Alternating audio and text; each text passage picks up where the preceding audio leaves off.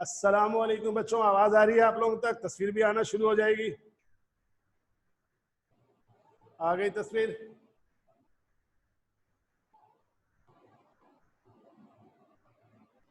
हाँ भाई, अस्सलाम वालेकुम। सब तक आवाज पहुंच रही है? तादाद अभी कम है, सारे लोग नहीं आए अभी तक। 9 पार्टिसिपेंट हैं 18 में से।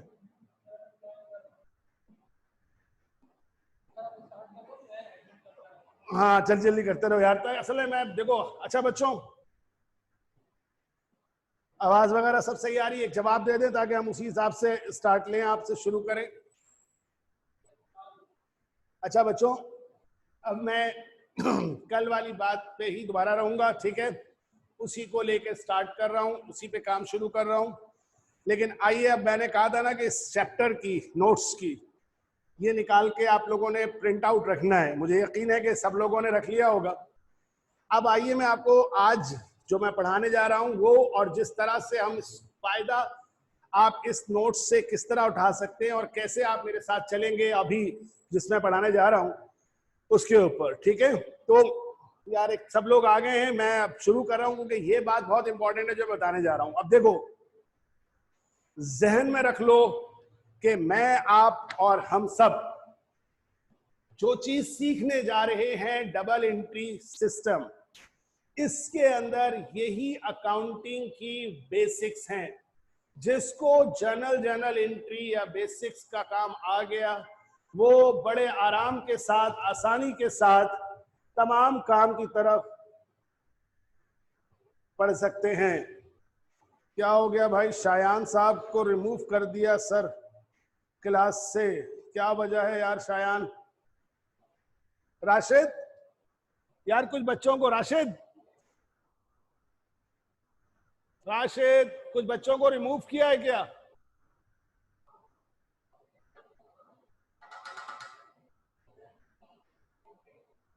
अभी ऐड करें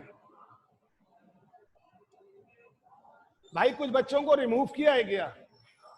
आया हुआ मैसेज कुछ बच्चों का, सर मुझे रिमूव कर दिया है क्लास से। अभी तो ऐड भी पता नहीं, देखो क्या चक्कर है। क्योंकि यार मैं इंपॉर्टेंट बात बताने जा रहा हूँ, फिर वो पीछे रह जाएंगे तो फिर वो फिर छूट जाएगा।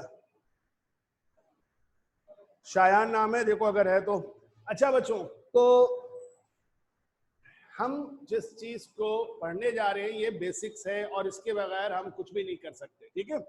अच्छा, अब समझ लो अच्छी तरह से कि किस तरह से तुमने इन नोट्स को लेके चलना है, ठीक है? आपको इसको मैंने पेजिंग कर दी है। जिन बच्चों ने ये नोट्स लिए हैं वो याद रखें कि वो भी पेजिंग करें। टोटल 51 पेज बनेंगे। पहला पेज मैं यहीं से शुरू कर रहा हूं क्योंकि कुछ बच्चों ने, जिन्होंने प्रिंट आउट नहीं लिया होगा, लाजमी सी बात है वो वेब से देखेंगे। तो ये पहला पेज है, उसके बाद से ये शुरू होगा दूसरा, तीसरा। तो जब भी मैं पेज नंबर बोलूं तो मेरा और आपका पेज नंबर सेम हो। आप सब लोग यहां से पहला नंबर, फिर ये दूसरा, तीसरा, चौथा नंबर करके शुरू कीजिएगा। सही है?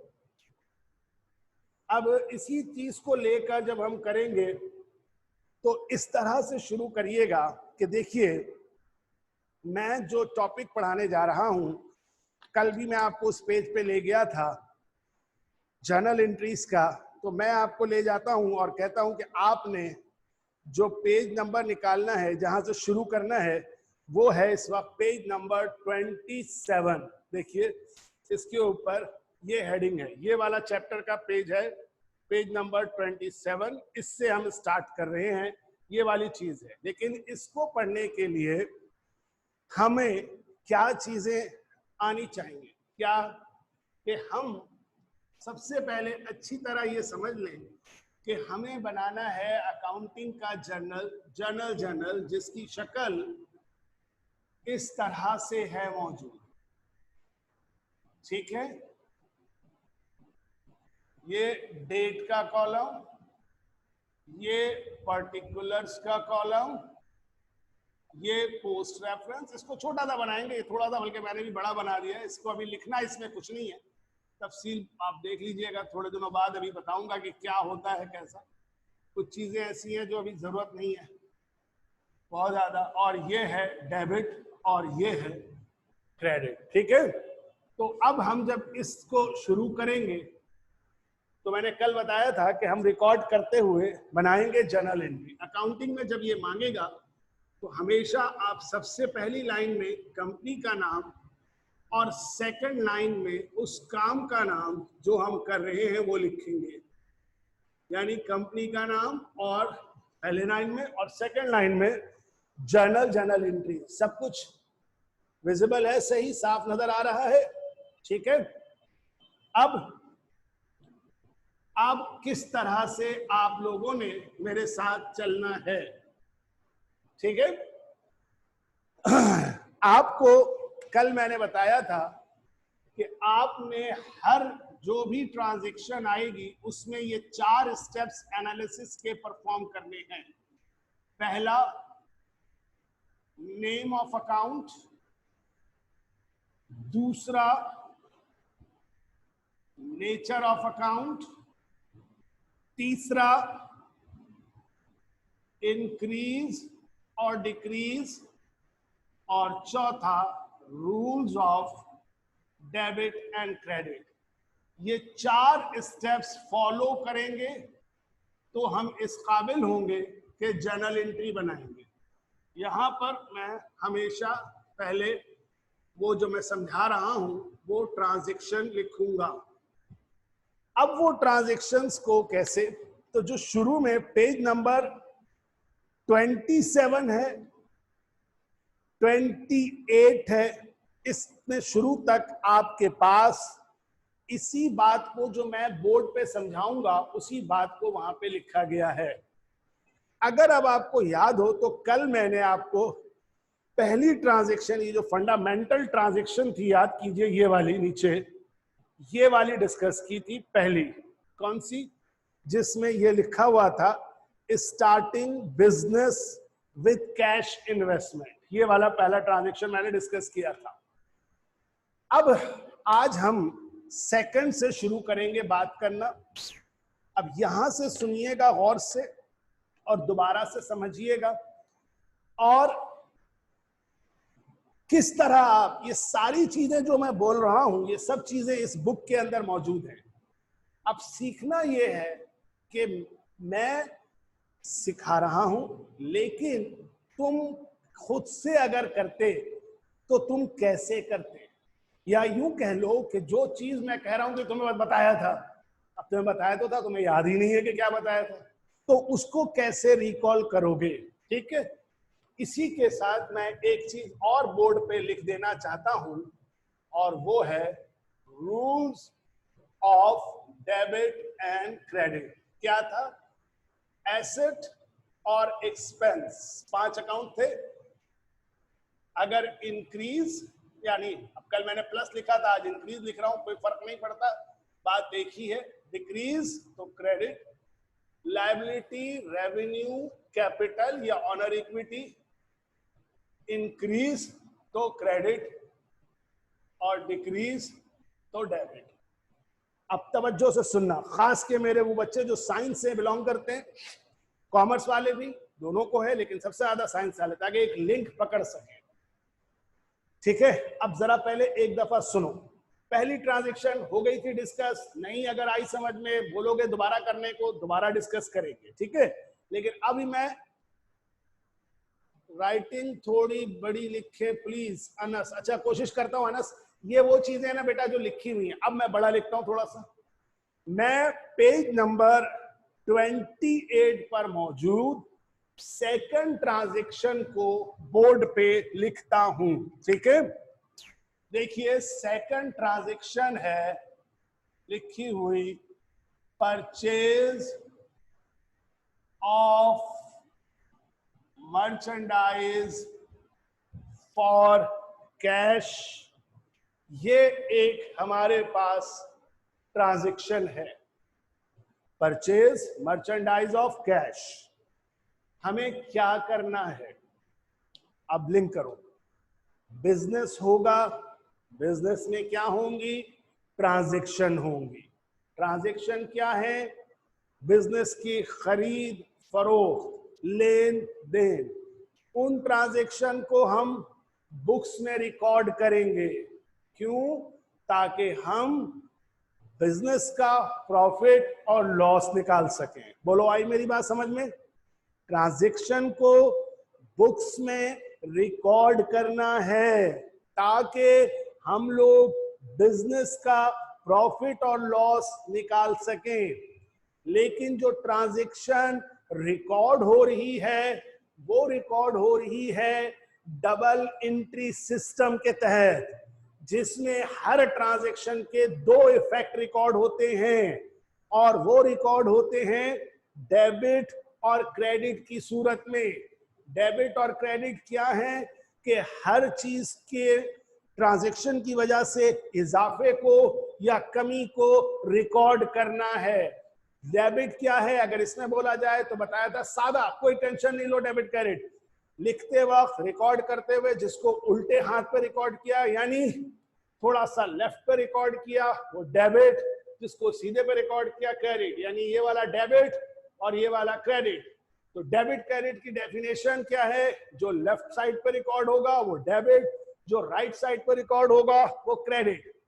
बेसिकली डेबिट क्रेडिट को कुछ लोग आसानी की खातिर ये भी कह के समझाते हैं कि डेबिट माने आना, क्रेडिट माने जाना।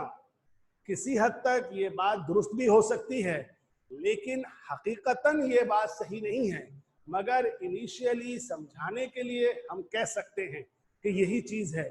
देखिए, आइए मैं आपको समझाता हूं दोनों तरीके से ताकि आप समझें और फिर चलें।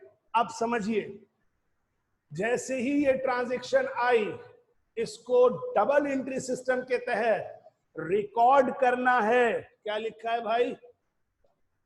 सर ऊपर हो गई मैं। बेटा एदिकुल क्या लिखा है? नहीं, अच्छा आप ये कह रहे हैं हेडिंग में एयर। एदिकुल या बाकी तमाम बच्चे एक बात मेरी अच्छी तरह से सुन लो बेटा। देखो, बहुत सारी चीजें आप लोगों में से जो कॉमर्स वाले होंगे उन्होंने पढ़ी होगी।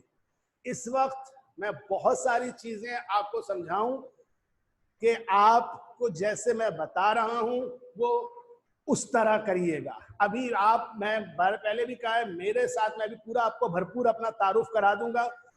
मैं उस एग्जाम कमेटी बीकॉम में मौजूद हूं, समझ गए? जो पेपर बनाते हैं, पेपर सेट करते हैं, मैं पेपर चेक करता हूं, ला के आपको दिखा दूंगा। यहाँ पे मैं अपने आप को कोई बड़ा बनाने की खातिर नहीं बता रहा, मैं सिर्फ ये बताना चाह रहा हूं कि मैं जो बता रहा हूं इस वक्त बेटा आपको पढ़ाऊंगा, वो अपनी दिल से, अपनी मर्जी से या अपनी उससे कुछ नहीं पढ़ाऊंगा। मैं सिर्फ वो चीज पढ़ाऊंगा, वही चीज बताऊंगा जो इस वक्त हमारे बीकॉम के पेपर्स की कमेटी के अंदर जो रूल्स, जो रेगुलेशन डिफाइन है। तो जो बात मैं जैसे बताऊं अभी उस तरह सीखो, क्योंकि मेरे साथ कुछ कॉमर्स के बच्चे हैं तो वो पढ़ चुके हैं। जब मैं बताऊंगा तो वो बताएंगे यार सर ऐसे हमने तो ऐसे पढ़ा था, आप ऐसे बता रहे। मैं आगे चल के आपके दोनों फर्क को वजाहत के साथ बताऊंगा। मगर अभी चूंकि साइंस का बच्चा थोड़ा कंफ्यूज हो जाता है जब वो दो बातों को सुनता है, तो मेरी बात सहन नशीन कर लीजिए। अभी बहस मत कीजिए, मैं जो बता रहा हूं आपको पूरी जिम्मेदारी के साथ बता रहा हूं और एक एक चीज की जिम्मेदारी मेरी है, ठीक है? और साइंस वाले अभी आप सिर्फ सिंपल बातें सुनते जाइए, मैं आपको सब चीज दिखाऊंगा कि मैं क्या हूं, मैं कहाँ काम कर रहा हूं, किस तरह पढ़ा रहा हूं, किस तरह चीजें बता रहा हूं। इसलिए बस आपको थोड़ा सा मुझ पर एतबार करिए, मैं आपको ला के दिखाऊंगा कॉपीज जो एग्जाम में चेक होती हैं उसमें कैसे हैं, किस तरह से, ठीक है? तो अभी आप सुनिए, अभी सिर्फ हम बात करूंगा तो कहीं से कहीं निकल जाती है बात। तो ये दो लाइनें लिखनी है इस वक्त, तीसरी लाइनें नहीं लिखते क्योंकि डेट साइड में मौजूद होती है, एयर वगैरह वहां मेंशन नहीं करते, यहां मेंशन करते हैं। जिस भी रजिस्टर में, जिस भी जर्नल में साइड में डेट होती है वहां थर्ड लाइन लिखने की जरूरत नहीं होती, वहां सब चीज यहां लिखी जाती है, ठीक है? अब आइए तफसील से वापस चले। तो अब जब ट्रांजैक्शन मौजूद है जिसको डबल एंट्री सिस्टम के तहत यहां पर जर्नल में रिकॉर्ड करना है, हमें उसके लिए ये 4 स्टेप्स फॉलो करने हैं। ये चारों स्टेप्स पेज नंबर 28 पर करके दे दिए हैं। और ऐसे लातादाद हैं। अभी जैसे जैसे पढ़ते जाओगे, मैं सब सिखाया हुआ है, सब किताब के अंदर मौजूद है। कैसे चलोगे, सुनते जाओ आप गौर से, खास के मेरे साइंस के बच्चे। जब पहला लाइन है नेम ऑफ अकाउंट, तो सुन लो साइंस वालों, बड़ी सादा सी बात है। इस ट्रांजैक्शन के दो इफेक्ट हैं जिनको ढूंढना है, और उन इफेक्ट के लिए दो नाम तजवीज करने हैं। यानी समझिए कि हमेशा अभी इस वक्त हमें दो नाम यहां पर रखने हैं, लिखने हैं। और मैंने कहा कि ये नाम तुम अपनी मर्जी से नहीं रखोगे, ये नाम वही रखोगे जो अकाउंटिंग की दुनिया में रखे जाते हैं। इसकी मिसाल मैं ऐसे देता था जब मेरे सामने सब होते थे कि देखो हर माशरे में जो अपने नाम होते हैं, मसलन मैं आपसे नाम पूछता हूं, आप में से कोई अहमद बताता है, कोई शाइस्ता बताता है, कोई आयशा बताता है, कोई कुछ और बताता है, बाबर बताता है, हमें कोई हैरत नहीं हुई। लेकिन मैं किसी से नाम पूछूंगा, एक बताता है खड़े होकर, सर मेरा नाम है ली शिपिंग। अब जैसे ही ली शिपिंग निकलेगा, वो घूम के सब उसको देखेंगे, यार ये ली शिपिंग कहाँ आ गया। क्या ली शिपिंग नाम नहीं होता? होता है, लेकिन हमारे इस इलाके में या वहां पे मौजूद नहीं होता। तो इसीलिए अकाउंटिंग में जो नाम इस्तेमाल करोगे वही इस्तेमाल करोगे जो अकाउंटिंग की दुनिया में रखे जाते हैं, इस्तेमाल किए जाते हैं उस पर्टिकुलर चीज को रिकॉर्ड करने के लिए। तो साइंस वालों, ये नाम कोई नए नहीं है, ये सब नाम कहां पे थे? तो ये पीछे जो आप लोगों को, और यही करना जब समझ में नहीं आए, ये जो पीछे चार्ट ऑफ अकाउंट दिया था पेज नंबर 9 पर, देखिएगा पेज नंबर 9 पे जो ये चार्ट ऑफ अकाउंट आपको बताया था, लिस्ट ऑफ अकाउंट या चार्ट ऑफ अकाउंट, इसमें बेटा आपके पास सारे नामों का इंदराज किया गया था कि कौन कौन से नाम इस्तेमाल होंगे। इसमें वो नाम भी हैं जो अभी फौरन इस्तेमाल होने, इसमें वो नाम भी हैं अकाउंट के जो आगे जाके इस्तेमाल होने, और वो नाम भी हैं जो आपको बीकॉम पार्ट 2 तक हेल्प आउट करेंगे। समझे? तो हम सब नहीं फौरन इस्तेमाल करेंगे, लेकिन रफ्ता रफ्ता सभी इस्तेमाल होंगे। तो हमेशा मैं साइंस वाले बच्चों से फिर मुखातिब हो रहा हूं कि यहां पर अपनी मर्जी से नाम नहीं लिखना, ये नाम तुमने सीखना है। और उसके लिए तुम आप देख सकते हो पेज नंबर 28 पर दो नाम लिखे हुए हैं सेकंड ट्रांजैक्शन में। क्या कि अगर मर्चेंडाइज को परचेज किया जाएगा, अब ये चीज सोचो, पहले भी पढ़ाई थी, तो उसको हम नाम देते हैं, क्या नाम देते हैं? परचेजेस का नाम देते हैं कि हमने खरीदा है। क्या खरीदा है? परचेजेस। ये है एक अकाउंट। क्यों? क्योंकि मर्चेंडाइज के खरीदने को एक नाम से याद रखा जाता है और वो है परचेजेस। उसके बाद मर्चेंडाइज परचेज की, किस पर परचेज की? कैश। तो दूसरा अकाउंट होगा बिजनेस के अंदर, और वो अकाउंट होगा कौन सा? दूसरा अकाउंट होगा कैश। समझे? अब अगर इसी लम्हे, बोर्ड पूरा नजर आ रहा है तुम लोगों को? मैं फर्ज करो समझाते के लिए इसी दूसरे के साथ तीसरी ट्रांजैक्शन, मतलब मैं आगे अभी चल रहा हूं, लेकिन इसी पॉइंट को अपने क्लियर करने के लिए अगर मैं थर्ड ट्रांजैक्शन लिखूं कि परचेज ऑफ मर्चेंडाइज के साथ लिखा हुआ है ऑन क्रेडिट। अब देखो इसमें भी यही 4 स्टेप फॉलो होने हैं। ये दो ट्रांजैक्शन अलग अलग हैं। अब मैं दोबारा ये नहीं लिखूंगा, ये समझ लो ये 4 लाइनें वही रिपीट हो रही हैं, लेकिन इन दोनों में एक बात कॉमन है और एक बात में फर्क है। क्या कॉमन है? कि इसमें भी परचेज हो रही है मर्चेंडाइज, इसमें भी परचेज हो रही है मर्चेंडाइज। यहां लेकिन खरीद रहे हैं कैश पर, वहां खरीद रहे हैं क्रेडिट। क्रेडिट यहाँ ये डेबिट क्रेडिट वाला क्रेडिट नहीं सोचना, ये क्रेडिट का मतलब है उधार पे। क्रेडिट का बुनियादी मतलब है, वैसे अगर डिक्शनरी खोल के देखोगे तो क्रेडिट एक माने में आता है एतबार के मानों में आता है। यानी अकाउंटिंग में मैंने पहले भी शायद कहा था, हम क्रेडिट का लफ्ज 3 दफा इस्तेमाल करते हैं। 3, एक तो वो डेबिट क्रेडिट वाला क्रेडिट, दूसरा इस क्रेडिट जिसका मतलब है उधार, लेकिन बुनियादी मतलब है एतबार। क्योंकि जब कोई किसी को उधार देता है तो वो उस पर एतबार करता है, और तीसरा क्रेडिट एक आम इंग्लिश में जो कहते हैं ना इस काम का क्रेडिट किसको गया, यानी जैसे कह लो सहरा बांधना, तो वो है, लेकिन वो हमें इस्तेमाल नहीं करेंगे हम। दो एक बार बार ये डेबिट क्रेडिट में क्रेडिट क्रेडिट बोलेंगे, लेकिन उसका मतलब है क्रेडिट साइड पर रिकॉर्ड करना, और जब हम ये वाला बोले तो उसका मतलब है उधार। अब सोचो कि यहां पे जब दो चीजें थी तो दो नाम दिए, यहां पे भी तो नाम आने चाहिए। साथ साथ चलना मेरे साइंस वाले बच्चों और कॉमर्स वालों, आप लोगों को तो मालूम होना चाहिए, यहां भी मर्चेंडाइज है, यहां भी मर्चेंडाइज है। बोलो दोनों जगह कॉमन चीज के हिसाब से नाम ऑफ अकाउंट क्या होगा, परचेजेस। वहां भी परचेजेस, यहां भी परचेजेस। क्यों?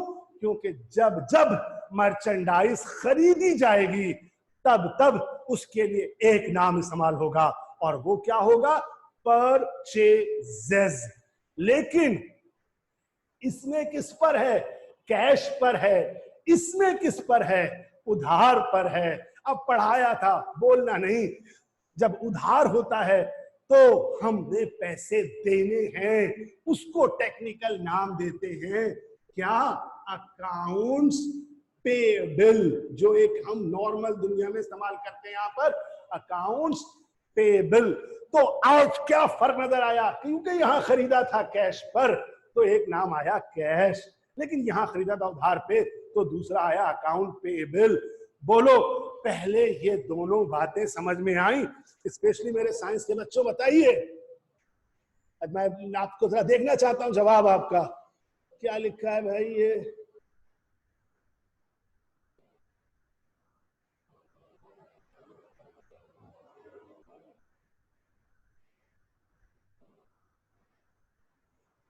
ठीक है। देखो एक और सवाल क्या लिखा है यार, खुद को बिजनेसमैन समझे हुए जज करना है, वो अभी मैं आता हूं। ये जो लिखा है ना खुद को बिजनेसमैन, ये मैं अभी बताता हूँ, ये तो अभी अगले स्टेप में। हाँ बिल्कुल नहीं, बिजनेसमैन नहीं, बिजनेस समझना है, ठीक है। अभी आप इस पे आइए जरा, सुनिए आगे बताइए। मुझे यहां तक पहले समझ में आया, तमाम बच्चे जो भी है, अकाउंट समझ में आ गया। खास के मैं साइंस के तमाम बच्चे जो मेरे पास थे, ये शायान वगैरह थे, और कोई लड़कियों में भी दो चार थी जिन्होंने मुझे बताया था। तो बेटा आप लोगों को ये बात समझ में आई, जरा सा जवाब दीजिए मुझे यस, तो मैं आगे चलूं। जो जो साइंस के खास के बच्चे मेरे, तो मैं आगे चलूं, ठीक है। दो जवाब आ गए मेरे पास, ठीक है। अब आप चले। अब तो ये बात समझ में आ गई कि ये नाम जो देने हैं ये तुम लोगों को सीखने पड़ेंगे, ये तुम लोगों को समझने पड़ेंगे। इसके लिए एक दफा लाजमी हर ट्रांजैक्शन को पढ़ना पड़ेगा और खोपड़ी में रखना पड़ेगा कि कौन सा नाम इस्तेमाल होगा, और याद रखना पड़ेगा। ठीक हो गई बात? अच्छा, अब आओ वापस ऊपर वाले पे। अब है नेचर ऑफ अकाउंट। अब नेचर ऑफ अकाउंट के लिए अगर सोचो तो मैंने प्रैक्टिस एक्सरसाइज भी आपको दी थी करने को, याद है? जो एक चार्ट बनवाया था कि मालूम करके बताओ ये एसेट है कि लायबिलिटी है। तो उस वक्त मेरी यही कोशिश थी कि याद, लेकिन अगर कोई बच्चे ने नहीं पढ़ा उस वक्त, नहीं याद है, अब सुनो क्या करना। हर दफा कैसे करोगे, जब पढ़ोगे, जब इस पेज को जहां लिखा हुआ है नेचर, हमेशा जाओ इस चार्ट ऑफ अकाउंट पे। परचेजेस की नेचर क्या है, जाओ पेज नंबर 9 वाला जो था इसके, अब जाओ पेज नंबर, जाओ 10 पे जाओ, पेज नंबर 10 पे। पेज नंबर 10 पे देखो, मैं दिखा रहा हूं, नजर आ रहा होगा, यहां पर एक्सपेंसेस है लिखा हुआ। इस एक्सपेंसेस के नीचे अगर नोट करो तो परचेजेस सबसे पहला आइटम नजर आ रहा है, आ रहा नजर? तो बेटा परचेजेस की नेचर क्या हुई, परचेजेस की नेचर हम पढ़ोगे क्या, एक्सपेंसेस। तो तुम में से सबका काम ये होना चाहिए कि अगर नेचर नहीं याद है तो कोशिश करो याद करने की, और अगर भी याद पूरा तरह होते हैं के बावजूद भूल जा रहे हैं, नहीं समझ में आ रहा, नहीं याद रह रहा, तो उस पेज से जिस पेज पर ये ट्रांजैक्शंस की डिटेल है, यानी कि पेज नंबर 28 पे, वहां पढ़ने के बाद इस बात को वेरीफाई करने के लिए कि ये सही है या नहीं, तुम इस पेज नंबर 9 और 10 पे जो लिस्ट ऑफ अकाउंट है इस पर जाके कंफर्म करो। तो देखो परचेजेस की नेचर क्या हो गई, एक्सपेंस। कैश की नेचर क्या है, अब याद रखने की बात है कि कैश की नेचर होती है क्या, एसेट होती है। कैश की नेचर एसेट होती है, ठीक है। इसको भी देखना चाहते हो तो पेज नंबर 9 पे जाओ। पेज नंबर 9 पर एसेट्स की जो लिस्ट है, उस लिस्ट में सबसे पहला आइटम जो लिखा हुआ है कैश इन हैंड, उसके साथ ब्रैकेट में लिखा होगा क्या? कैश। अगर आ रहा है तो इसका मतलब है कि हम, अच्छा इसमें यह भी लिखा होता है ना कि करंट एसेट। अभी ये करंट एसेट वगैरह छोड़ो, बाद में मजीद तफसील से बात करूंगा। अभी सिर्फ याद रखो एसेट की हेडिंग में मौजूद होता है कैश इन हैंड, जिसको शॉर्ट में हम कहते हैं सिर्फ कैश, और इससे मुराद है वो पैसा जो बिजनेस में मौजूद है। तो पहला नाम हो गया, और फिर क्या देखा? उनकी नेचर। इसकी नेचर क्या हो गई? एक्सपेंस। इसकी नेचर क्या हो गई? एसेट। तो दो बातें हो गई। अब तीसरा स्टेप क्या है जी? तीसरा स्टेप इंक्रीज और डिक्रीज। अब यहां पर हमेशा जब इंक्रीज और डिक्रीज सोचोगे तो हमेशा अपने आप को बिजनेसमैन नहीं, अभी किसी ने लिखा था ना कि बिजनेसमैन बन के नहीं, बिजनेस सोचो। बिजनेसमैन तो ऑनर है, तुम सोचो बिजनेस के तौर पे, वजूद के तौर, बिजनेस के वजूद के तौर पे, कि वो बढ़ रहा है तुम्हारे पास या कम हो रहा है। यानी तुमने मर्चेंडाइज, यानी वो चीजें जो तुम्हारे कारोबार में खरीदी गई बेचने की नीयत से, क्योंकि अगर कोई एक दूध वाला है तो दूध खरीद रहा है तो वो मर्चेंडाइज, किताब बुक शॉप वाला किताब खरीद रहा है तो वो मर्चेंडाइज। तो सोचो जब वो खरीद रहा है, परचेज कर रहा है, तो वो खरीदने की वजह से परचेजेस हमेशा क्या होगा? इंक्रीज करेगा, बढ़ेगा। बोर्ड पर नजर आ रहा है साहब? हाँ ठीक है। और इसी को अब इस तरह लिख ले या इस तरह इंक्रीज लिख दे, वो एक ही बात है। और कैश जो है वो हमेशा खरीदोगे तो उस शख्स को पैसा पे करोगे, तो बिजनेस के अंदर से पैसा पे होगा, तो कैश जो है वो क्या हो जाएगा? डिक्रीज हो जाएगा।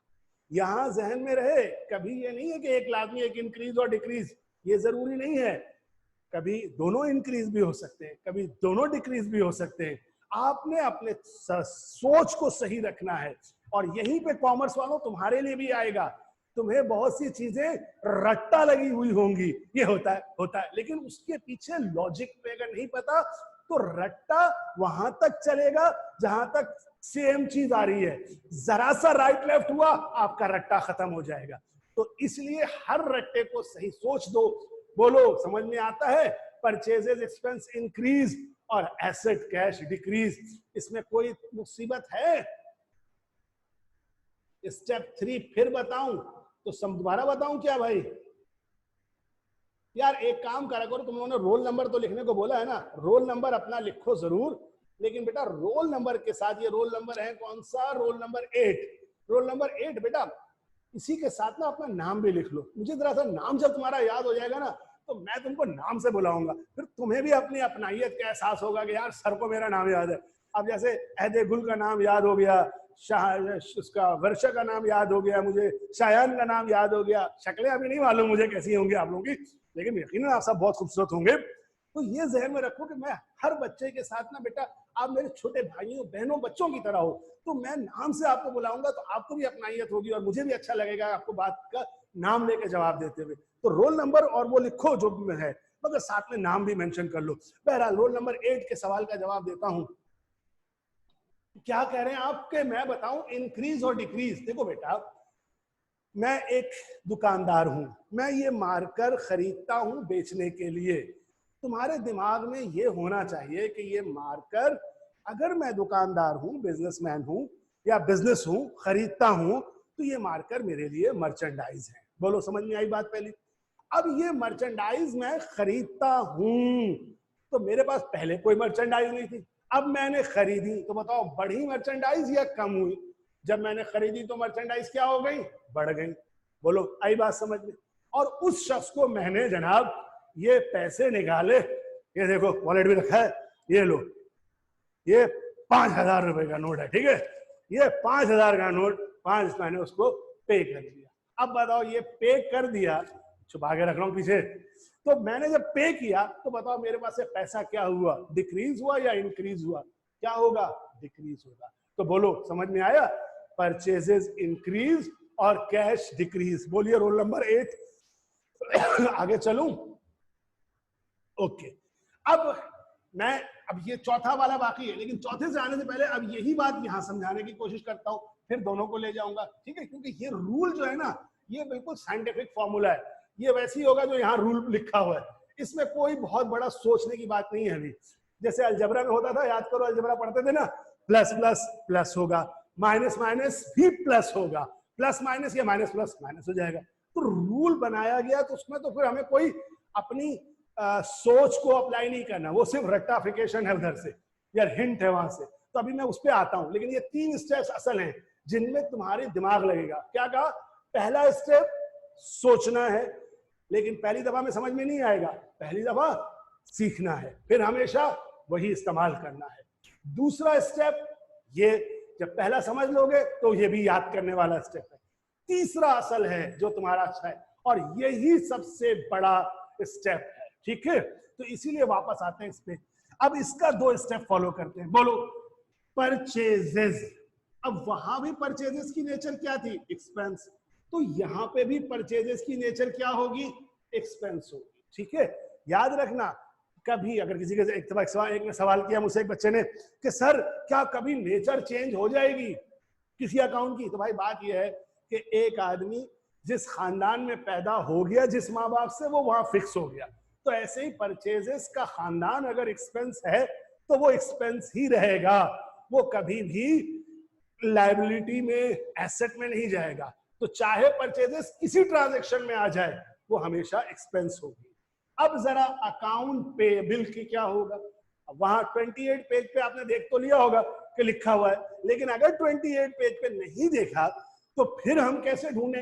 तो इसके लिए जाओ, देखो, फर्स्ट टाइम लाना तो याद होना चाहिए, जाओ पेज नंबर, बल्कि उसी पेज पर, हाँ पेज नंबर 9 पर देखो, लायबिलिटीज की जो हेडिंग डली हुई है उसमें नोट करो।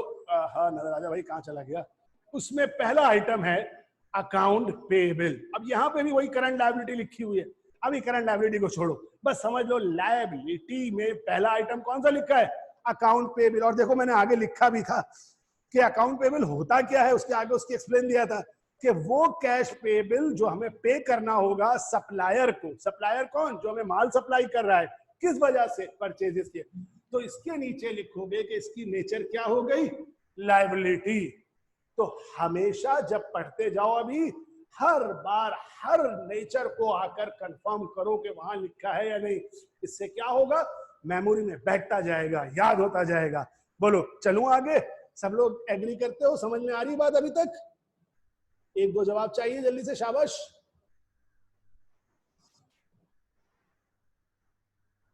क्या हो गया? जल्दी, खामोश नहीं रहने देता मैं। हाँ ठीक है, तो चलूं आगे बेटा? सब लोग कहते हो? अब सुनो, अब तीसरा स्टेप इसका फॉलो करते हैं। अब जरा खुद तुम लोग सोचना जरूर, मैं बता रहा हूं, अब सामने होते तो मैं पूछता, लेकिन अब अपने अपने दिमाग में सोचना, ठीक है?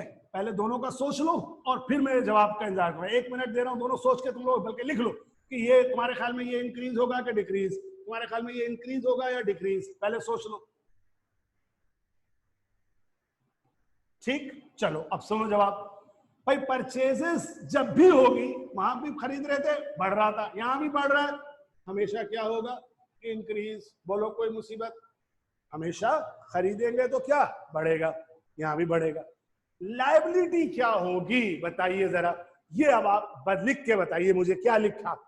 अकाउंट पेएबल लायबिलिटी क्या होगी? बढ़ेगी, इंक्रीज या डिक्रीज? अच्छा जी, एक जवाब आया, अच्छा शाबाश। लेकिन ये जो लोग लिख रहे हैं ये सारे कॉमर्स वाले हैं, साइंस वाले हैं? क्योंकि अभी तक जवाब सही लिख रहे हैं माशाल्लाह से, लेकिन ये सारे कॉमर्स वाले हैं, साइंस वाले हैं, ये मुझे देखना है। अगर लिख रहे हैं सही तो शाबाश, अच्छा गुड। रोल नंबर 8 साइंस, अच्छा एदेगुल, हाँ कॉमर्स, ठीक है ठीक है ठीक है ठीक है, अच्छा बिल्कुल सही है। अब देखो क्या होगी? इंक्रीज होगी। मैं अब बताता हूँ होता क्या है। बाज बच्चे क्या सोच के बोलते हैं, ये होगी इंक्रीज, बिल्कुल सही जवाब है, ये इंक्रीज होगी। लेकिन बाद बच्चों के दिमाग में क्या आता है, वो सवाल करते हैं या खामोश हो जाते हैं जब सब बोल रहे होते हैं सही, कहते हैं सर डिक्रीज होगी। अच्छा, अब वो क्या सोचते हैं? वो ये सोचते हैं कि यार खरीद रहे पैसा तो देंगे तो पैसा तो कम होगा, तो डिक्रीज। देखो समझना, पैसा दोगे तो कम होगा, क्या इस वक्त पैसा दे रहे हो? नहीं। इस ऊपर वाले में ये हुआ कि खरीदा तो पैसे दे दिए, ठीक, लेकिन नीचे वाले में खरीदा मगर अभी से बोल बच्चन दिए हैं, वादा किया है, प्रॉमिस किया है, जबान दिया है, जिसकी वजह से क्या बढ़ा?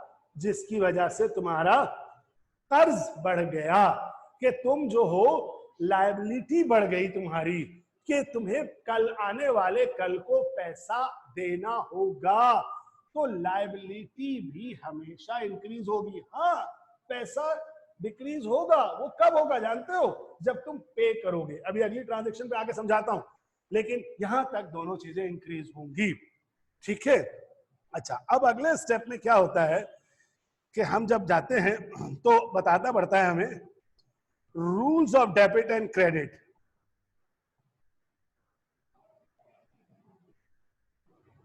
Rules of debit and credit. अब देख लो, एक्सपेंस इंक्रीज, यहां पे एक्सपेंस इंक्रीज क्या? डेबिट। कैश एसेट है, एसेट डिक्रीज क्या होगा? क्रेडिट, ठीक। परचेजेस, ये भी एक्सपेंस है, यहां पे भी क्या होगा? डेबिट। लेकिन अब देखो, लायबिलिटी इंक्रीज, लायबिलिटी इंक्रीज क्या? क्रेडिट। तो ये जहन में रहे कि ये जरूरी नहीं है कि दोनों, एक इंक्रीज तो एक डिक्रीज, दोनों इंक्रीज हैं, लेकिन रूल ऐसे बना दिए गए कि दोनों के इंक्रीज होने के बावजूद एक डेबिट होगा और एक क्रेडिट होगा। तो ये लोगों के जहन में अगर गलती हो कि दोनों इंक्रीज होंगे या दोनों डिक्रीज होंगे, नहीं, या लाजमी एक इंक्रीज होगा तो दूसरा डिक्रीज होगा, नहीं, दोनों इंक्रीज भी हो सकते हैं, मगर रूल ऐसे होगा तो उसके अप्लाई होगा जैसे ही नेचर पे, तो एक डेबिट और क्रेडिट। अब लिखोगे कैसे? जैसा कि मैंने कल बताया था कि अब इसमें कौन से दो अकाउंट है? परचेजेस और कैश। एकेडमिक तौर पर हम जब ये इस लाइन के साथ मिला के लिखेंगे ऐसे और इसको ऐसे, तो इसको पढ़ेंगे परचेजेस डेबिट और कैश क्रेडिट। अब इस वक्त कोई अमाउंट नहीं दी हुई है, अगर कोई अमाउंट दी हुई होती तो हम यहाँ मिसाल के तौर पर, चलो देख लिख के दे दो, फर्ज करो 10,000 दिया हुआ होता, तो दोनों जानिब हम लिख देते कितना? 10,000। अमाउंट एक होगी लेकिन लिखी दो जगह जाएगी, क्योंकि उस अमाउंट का इंपैक्ट दो जगह पर होगा। तो परचेजेस डेबिट और कैश क्रेडिट। अच्छा, इसके नीचे मैंने बताया था कि एक नरेशन लिखते हैं, मगर अभी अपनी बात को कहीं और ना जाए, अभी बस पे बात नहीं कर रहा, बहुत आसान है, इसमें कोई मुश्किल नहीं। ये समझ लो, एक लाइन लिखने के लिए जगह छोड़ी और एक लाइन छोड़ के ये लाइन लगाना। याद रखना बेटा, ये लाइन डेट से यहां से शुरू हो और यहां खत्म हो। बाद बच्चे ये लाइन यूं पूरा लगा देते, पूरा नहीं लगाना। प्रेजेंटेशन देखो मेरे बुक में भी बनाते हैं, बहुत ख्याल किया है, जैसे लिखा है वैसे। तो ये दोनों, कोई बहुत ज्यादा लाइन मत छोड़ना, ये दोनों एक साथ, एक लाइन में नरेशन, एक लाइन में ना हो, दो लाइन में नरेशन, उसके बाद एक लाइन छोड़ के ये लाइन लगा के इस तरह से। इसको कहा गया कि ये है पूरी जर्नल एंट्री। तो यहाँ नरेशन अभी नहीं लिखा है, बता दूंगा, देख लेंगे, ठीक है। अब तीसरी ट्रांजैक्शन को फीड करते हैं, क्या है? परचेजेस लिखा, थर्ड ट्रांजैक्शन, नंबर डाला अभी, फिर लिखा, क्या लिखा? परचेजेस। अच्छा, अब कुछ बच्चे क्रेडिट लिखना है ना, बहुत सारे बच्चे अक्सर क्रेडिट लिखते हुए बहुत आगे चले जाते हैं, यहां से लिखेंगे नहीं, ये कोशिश करो ऐसा लिखो कि ये इसी के बिल्कुल नीचे आए। यानी अगर मैं प्रेजेंटेशन दूं तो समझो कि मैं एक स्केल रखूं तो मेरा डेबिट एक साथ हो और क्रेडिट बिल्कुल एक दूसरे के नीचे आता है। बहुत ज्यादा फर्क की जरूरत नहीं है, बस इतना कि वादे तौर में लगे कि ये उल्टे हाथ पर है और ये सीधे हाथ पर। और इसी तरह इसमें भी नरेशन और फिर एक लाइन छोड़ के ये लाइन, जो अमाउंट बता दी जाए। मिसाल के तौर पर मैं अपनी तरफ से ऐसे ही लिख रहा हूं, 20,000 था तो इन जगह पे 20,000। इसको कहा गया, ये दोनों क्या है? Journal entries. बोलिए, आई बात समझ में आप लोगों को? आगे चलूं? कोई सवाल है तो पूछो मुझसे, शाबाश।